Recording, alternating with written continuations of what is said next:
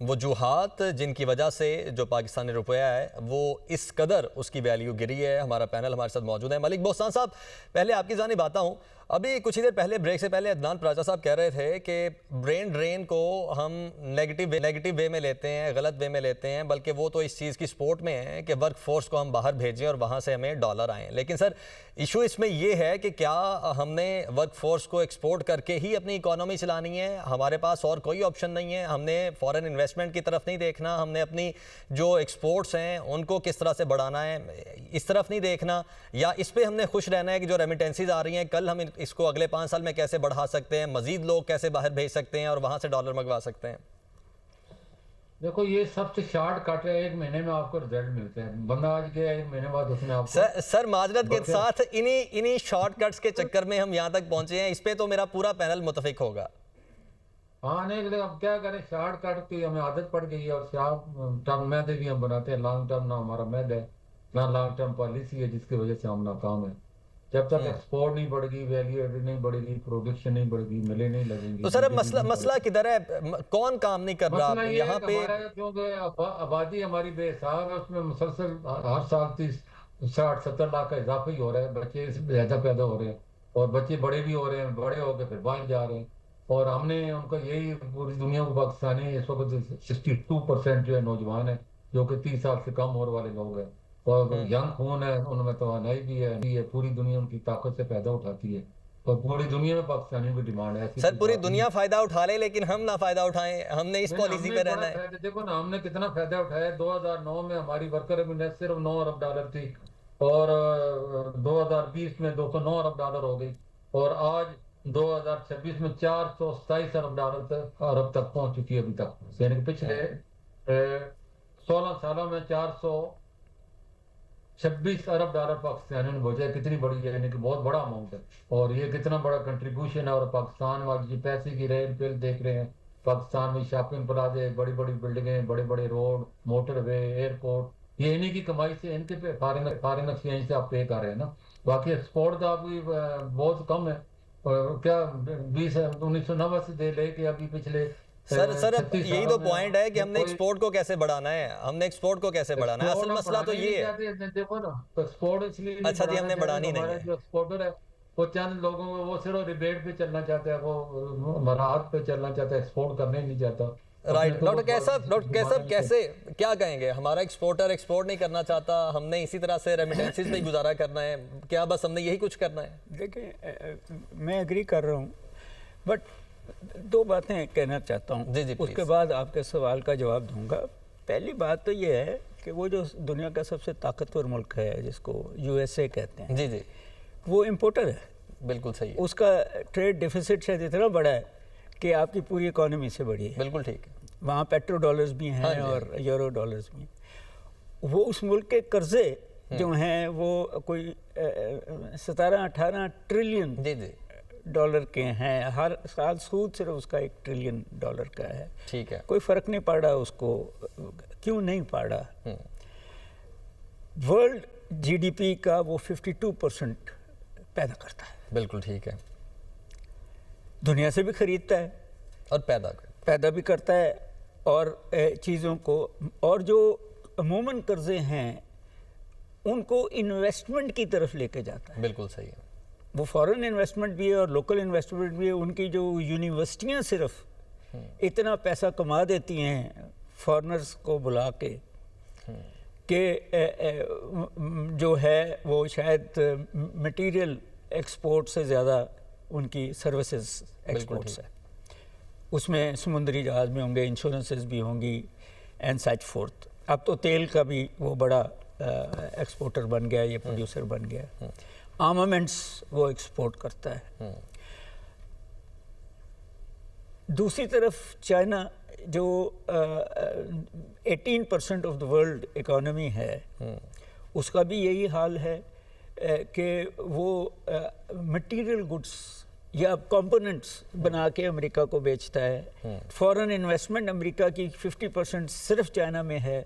کمپنیوں نے انویسٹ کیا ہوا اور اب ان کی یونیورسٹیاں بھی اس لیول پہ چلی گئی ہیں اور اندر بھی پروڈکشن جو ہے بلینئرز وہ پیدا کر رہا ہے. تیسرا ہب جو اکنامک ہے وہ EU ہے. انگلینڈ کو میں بیچ میں سے نکال رہا ہوں، حالانکہ وہ بھی اس کا حصہ، وہ بھی جو ہے تقریباً اسی لیول پہ اپنی، مگر کیا بنا کے ایک دوسرے کو بیچتے ہیں، کیمیکلز، مشینری، ٹرینز، ہوائی جہاز اینڈ سچ فورتھ۔ آپ نے کبھی فیصلہ کیا ہے کہ آپ، میں نے پہلے بھی کہا کہ آپ کی جو دنیا کے one of the best doctors ہیں آپ کے، ان ڈاکٹرز کو ایکسپورٹ کر دیتے ہیں، ڈاکٹرز کی سکلز کو ایکسپورٹ نہیں کر رہے، آپ اپنے ہاسپٹل کو اس لیول پہ نہیں لے کے جا رہے کہ دنیا یہیں آ کے علاج بالکل صحیح۔ ہم جب پڑھتے ادھر تو سر کسی گاؤں میں کچھ ہوتے تو کہتے ہیں انہوں لاہور جو انہیں نہیں بچنا۔ ہاں جی، ہمارے جو اس زمانے میں government college, F C college, Kinnaird college میں فارنرز پڑھا کرتے تھے، بنگلہ دیش سے، بنگال سے آتے تھے، وہ ایسٹ پاکستان سے، شری لنکا سے آتے تھے، میڈیکل کالجز میں جارڈن کے لوگ ایک بھی نہیں ہے، مگر جو اصل ایشو ہے وہ آپ کا ٹورزم ہے، آپ نہ چیزیں بیچیں باہر نہیں بنا سکتے، تو یہ جو آپ کے پہاڑ، یہ جو آپ کا سمندر، یہ جو آپ کے موسم، یہ جو آپ کے ویلیز جس کے اوپر آپ بڑا فخر کرتے ہیں، اس میں لا اینڈ آرڈر کا ایشو، انفراسٹرکچر کا ایشوز، ہوٹلز کے ایشوز، وہ ساری جو آپ کی ہاسپٹیلٹی کی وہ ہے، وہ بڑی آہستہ آہستہ بڑھ رہی ہے۔ اس کو اگر آپ صرف، پہلے ہمارے زمانے میں وہ ہوتا تھا ٹورسٹ کارپوریشن آف پاکستان، اس وقت وہ سارے بیچ دیے ہیں یا لیز کر دیے ہیں، اس کے ہوٹلز ہر جگہ ہوتے تھے۔ تو سر یہ بڑا امپورٹنٹ پوائنٹ ہے، پاکستان پاکستان کے اندر آ کے آپ نے ڈالرز ہی کمانے ہیں نا، ایک طرف ڈالر بچانے ہیں، اب جیسے مرضی کما لیں نا، ٹورزم کو، ٹورزم کر لیں، تینوں ہی چیزیں ہیں نا، ٹورزم کر لیں، سروس ایکسپورٹ کر لیں، یعنی کہ ایٹ لیسٹ انڈسٹری کو اتنا کر لیں، بھی ہم کوئی دوسری چیزیں دیکھ لیں۔ اور پھر چوتھا ہے کہ اپنی، میں نے وہاں آپ سے بات کرنے کی کوشش کی کہ دنیا کو نرسز چاہیے، جی آپ کے پاس one of the best nurses ہیں، آپ ان کو ٹرین کر کے سرٹیفائی کر کے بھیج رہے تھے، تو ایک مافیا پیدا ہو گیا جس نے ان پڑھ لوگوں کو، عورتوں کو بھی وہ سرٹیفکیشن دے کے بھیجنا شروع کر دیا، تو ٹرسٹ آپ کی نرسوں میں ختم ہو گیا۔ یہ ہم نے بہت ساری چیزوں میں کیا ہے، بالکل صحیح۔ آپ کے کارپیٹس کی انڈسٹری ختم ہوئی، ہم نے نہ صرف ڈیورسیفائی نہیں کی اپنی انڈسٹری، ہم نے اپنی جو چل رہی تھی انڈسٹری اس کو بھی پیریڈکلی خراب کیا ہے، پرسنل انٹرسٹ، ہم نے پاکستان کا نام خراب کیا ہے، ٹرسٹ ڈیوزٹ دیا ہے۔ میں کل ایک رپورٹ پڑھ رہا تھا، تقریباً کوئی 150 کے قریب جو انڈسٹریز ہیں وہ پاکستان میں ابھی بند ہو چکی ہیں، پچھلے یا پارشلی بند ہو چکی ہیں یا ٹیمپریری طور پر کلوز ہو چکی ہیں۔ عدنان پراجا صاحب، آپ کی جانب آتا ہوں، ایک تو یہ کہیے گا آپ کی نظر میں، جیسے ہم نے پہلے بات کی کہ پچھلے 20 سال میں اصل میں 90 سے یہ 278 79 280 پہ ڈالر آیا ہے، پاکستان پیپلز پارٹی ہو، پاکستان مسلم لیگ نون ہو یا پاکستان تحریک انصاف ہو، ان 20 سالوں میں ان تینوں کی گورنمنٹ رہی ہے، پاکستان تحریک انصاف کے 4 سال تھے۔ کیا لگتا ہے آپ کو کس کی گورنمنٹ کی پالیسیز بیٹر تھیں، یا اس میں امپورٹس کم تھیں ایکسپورٹس زیادہ تھیں، یا ہم نے ہمیشہ سے اپنی امپورٹس پہ ہی ریلائی کرنے کی کوشش کی ہے؟ اب چلیں آپ کے اور پھر جو ملک بوستان صاحب ہیں ان کے نظریے کے مطابق ریمیٹنسز ہی واحد حل ہے، لیکن ان تینوں گورنمنٹس کا موازنہ آپ کیسے کریں گے؟ دیکھیں جی، میں نے موازنہ آپ کو جو ریمیٹنسز سے آپ کو پچھلے 50 سال کا جو انالیسس دیا 10 سال پہ، جی سر ریمیٹنسز کے علاوہ، ریمیٹنسز کے علاوہ یعنی کہ امپورٹ ایکسپورٹ کی پالیسیز یا فورن انویسٹمنٹ کی،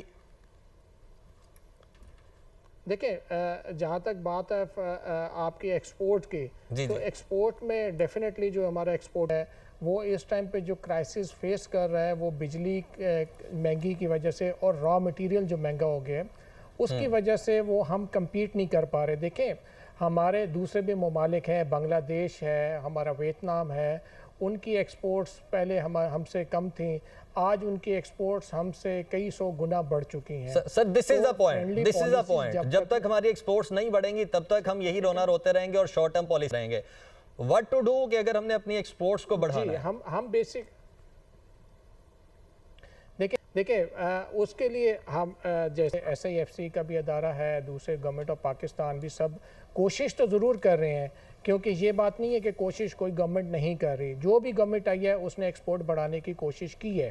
اچھا، اب ایکسپورٹ نہ بڑھنے کی وجہ یہ ہے کہ تاجر کو آن بورڈ لیا جاتا ہے، تاجر کہتا ہے کہ ایکسپورٹر کہتا ہے کہ ٹیکس ریجیم کو کم کر دیں، ٹیکس کم کرتے ہیں تو ہمارے ریونیوز کم ہوتے ہیں۔ بجلی مہنگی ہے، بیسیکلی پہلے تو ہمیں الیکٹریسٹی کے لیے کرنا پڑے گا کہ ہمیں ایکسپورٹ بیسڈ انڈسٹریز کو ہم بجلی کس طرح سستی دیں، گیس کس طرح سستی دیں۔ سب سے پہلا ہمارا کام یہ ہونا چاہیے تاکہ ہم اپنے ہمسائے ممالک کے ساتھ انٹرنیشنل مارکیٹ میں کمپیٹ کر سکیں۔ ساتھ کے ساتھ جیسے ڈاکٹر صاحب نے بھی بات کی کہ ٹورزم پہ بھی فوکس کریں، ساتھ کے ساتھ ہم اوورسیز امپلائمنٹ پہ فوکس کریں۔ دیکھیں، جب ہم ایک ایکسپورٹ بیس کو ہم فیسیلیٹیٹ کریں گے، آپ ٹیکس میں فیسیلیٹیٹ نہ کریں لیکن اس کے را مٹیریل یا الیکٹریسٹی جس سے اس نے پروڈکشن کرنی ہے، ان دو چیزوں پہ فوکس کریں گے تو میں سمجھتا ہوں کہ کمپیٹ کر پائیں گے۔ دوسرا، ساتھ کے ساتھ ہمیں اپنی ٹورزم کو اور مین پاور کے بزنس کو اس کو بڑھانا ہوگا، ہمیں پالیسیز لانگ ٹرم بنانی پڑے گی، کرپشن ختم کرنی پڑے گی، اور ساتھ کے ساتھ ایک چیز اور ہمیں کرنی ہے کہ جو چیزیں ہم امپورٹ کر رہے ہیں ہم اس کے اندر فارن ڈائریکٹ انویسٹمنٹ ان چیزوں میں لائیں کہ وہ انڈسٹری ہمارے ادھر پاکستان میں قائم ہو، وہ بھلے 3 سال میں ہو، 4 سال میں ہو، ایٹ لیسٹ ہمیں ایک ویژن مل جائے گا، ڈائریکشن مل جائے گی کہ آج سے 3 سال کے بعد ہم نے کس پوزیشن پہ کھڑا ہونا ہے۔ ہماری جو پالیسیز ہیں وہ سالانہ کی بجائے ماہانہ پالیسیز چل رہی ہیں، جس کی وجہ سے ہم دن بدن کرائسس کا شکار ہوتے جا رہے ہیں اور ہمیں ریمیٹنسز ہی سہارا دے پا رہی ہیں، اور جس طرح ہمارے رائٹ، لیکن یقیناً اوبیسلی یہ ایک شارٹ ٹرم سولوشن ہے، لانگ ٹرم سولوشن تو نہیں ہے۔ ملک بوستان صاحب، آپ کو کیا لگتا ہے ہمیں اپنی ایکسپورٹ کو بڑھانے کے لیے کیا کرنا ہے؟ حالانکہ پہلے تو آپ کہہ چکے ہیں وہ ہمارے ایکسپورٹر نے کرنا ہے، لیکن اوبیسلی گورنمنٹ نے ساتھ بیٹھنا ہے، کیونکہ اگر ملک میں آپ نے ڈالر لے کے آنے ہیں، روپے کی قدر کو آپ نے بہتر کرنا ہے تو ڈالر تو لے کے آنے ہیں، وہ کس طریقے سے لے کے آنے ہیں؟ ایکسپورٹس کو کیسے آپ نے بڑھانا ہے؟ کیسے پاکستان میں آپ نے اپنی چیزیں پیدا کرنی ہیں جو آپ امپورٹ کرتے ہیں، چاہے وہ آپ تیل یا انرجی کے صورت میں تیل کو امپورٹ کرتے ہیں، اس کو آپ نے کیسے شفٹ کرنا ہے، چاہے وہ ونڈ پاور پہ آپ کریں شفٹ، چاہے وہ آپ اس کو سولر پہ کریں، کیا سٹیپس ہمیں لینے ہیں؟ جی، ہمیں جو ہمارا بیسک ہے نا وہ ہے زراعت، ایگریکلچر، اس کو ہم نے بلا دیا۔ جب ایگریکلچر ہی آپ کو اپنا ضرورت نہیں پوری کرے گی تو ایکسپورٹ آپ نے خواب کرنی ہے۔ کاٹن آپ کی جو تھی، دیکھو نا، آپ ایکسپورٹ کرتے تھے، آج آپ امپورٹ کر رہے ہیں، امپورٹ کرتے ہیں، تو آپ کہاں سے ایکسپورٹ میں جائیں گے؟ اسی طرح چاول ایک رہے تھے، اس کے علاوہ تو آپ کے پاس کچھ بھی نہیں، چینی آپ کی پوری نہیں ہوتی، گھی آپ کا پورا نہیں ہوتا، دالیں آپ کی پوری نہیں ہوتی، گندم کے علاوہ اور چاول کے علاوہ آپ کے پاس کچھ قبیل نہیں، آپ وہ بھی ہم ایک ٹائم پہ ایکسپورٹ کر دیتے ہیں پھر امپورٹ کر لیتے ہیں، اس میں بھی ہماری پالیسیز جو ہیں وہ بڑی، دیکھو نا، فی ایکڑ پیداوار ہماری دنیا سے 4 گنا کم ہے۔ پوری دنیا جو ہے وہ 200 فی ایکڑ من پیداوار کر رہی ہے، ہم 50 من کر رہے ہیں۔ تو ہمیں زرعی بیج، کھاد، لوگوں کو سہولت، اس کے انڈیا کے سامنے انہوں نے بجلی فری کی ہوئی ہے کسانوں کی، ہم نے بجلی پہ ٹیکس لگا جا رہے ہیں، ٹیوب ویل پہ ٹیکس لگا رہے ہیں۔ تو یہ کسان جو ہے وہ دن بدن ذمہ داری چھوڑ کے اب وہ باہر کی طرف جا رہے ہیں سارے، اور زمینیں غیر آباد ہوتی جا رہی ہیں۔ تو ہماری 220 ملین ایکڑ رقبہ ہے، جس میں سے صرف 20 ملین آپ آباد کر رہے ہیں، 200 ملین ایکڑ رقبہ آپ کو غیر آباد پڑے، تو کیسے آپ ترقی کریں گے؟ آپ گھر کی چھوڑ کے دوسروں کے آسمان پہ جانا چاہتے ہیں، گھر پہ تو پہلے سیدھا کریں۔ لیکن یقیناً ہمیں اپنے گھر کی طرف توجہ دینی ہے۔ آخری منٹ ہے ڈاکٹر صاحب، آپ کیا سمجھتے ہیں کی فیکٹر، کی ایلیمنٹ ہمیں ملک میں ڈالر کو بڑھانا ہے، روپے کی قدر کو مضبوط کرنا ہے، کیسے کرنا ہے؟ دیکھیں، پہلی بات تو یہ ہے کہ آپ کی جو یہ بجٹ پالیسیز ہیں وہ ریونیو اورینٹڈ ہیں، بالکل صحیح ہے، وہ سرمایہ کار سے بھی اور عام آدمی کی جیب سے نکال رہی ہیں، اس کو اکنامک اورینٹڈ، جس طرح آپ ڈالر کی بات کر رہے ہیں کمانے کی، تو پالیسی بنا لینا جی کہ جو ڈالر لائے گا اس ملک میں اس کو آپ مارکیٹ ریٹ سے 5 روپے اور دیں گے، رائٹ، تو انسینٹیو مل جائے گا ریمیٹنسز کو بھی اور ایکسپورٹر کو بھی اور سروسز سیکٹر کو بھی، کہ زیادہ سے زیادہ پھر آپ یہ ایکسپورٹ، اور یہ آپشنز ہیں جو ہمیں یقیناً یوٹیلائز کرنے ہیں، اور سب سے بڑا جو کی فیکٹر ہے وہ اگین وہی ہے، ایکسپورٹ اور امپورٹ کو ہمیں اس کو بڑھانا ہے اور سٹیپس لینے ہیں، اسی صورت میں ہم پاکستانی روپے کی قدر بہتر کر سکتے ہیں۔ اس خصوصی ٹرانسمیشن سے فی الوقت اتنا ہی، فی امان اللہ۔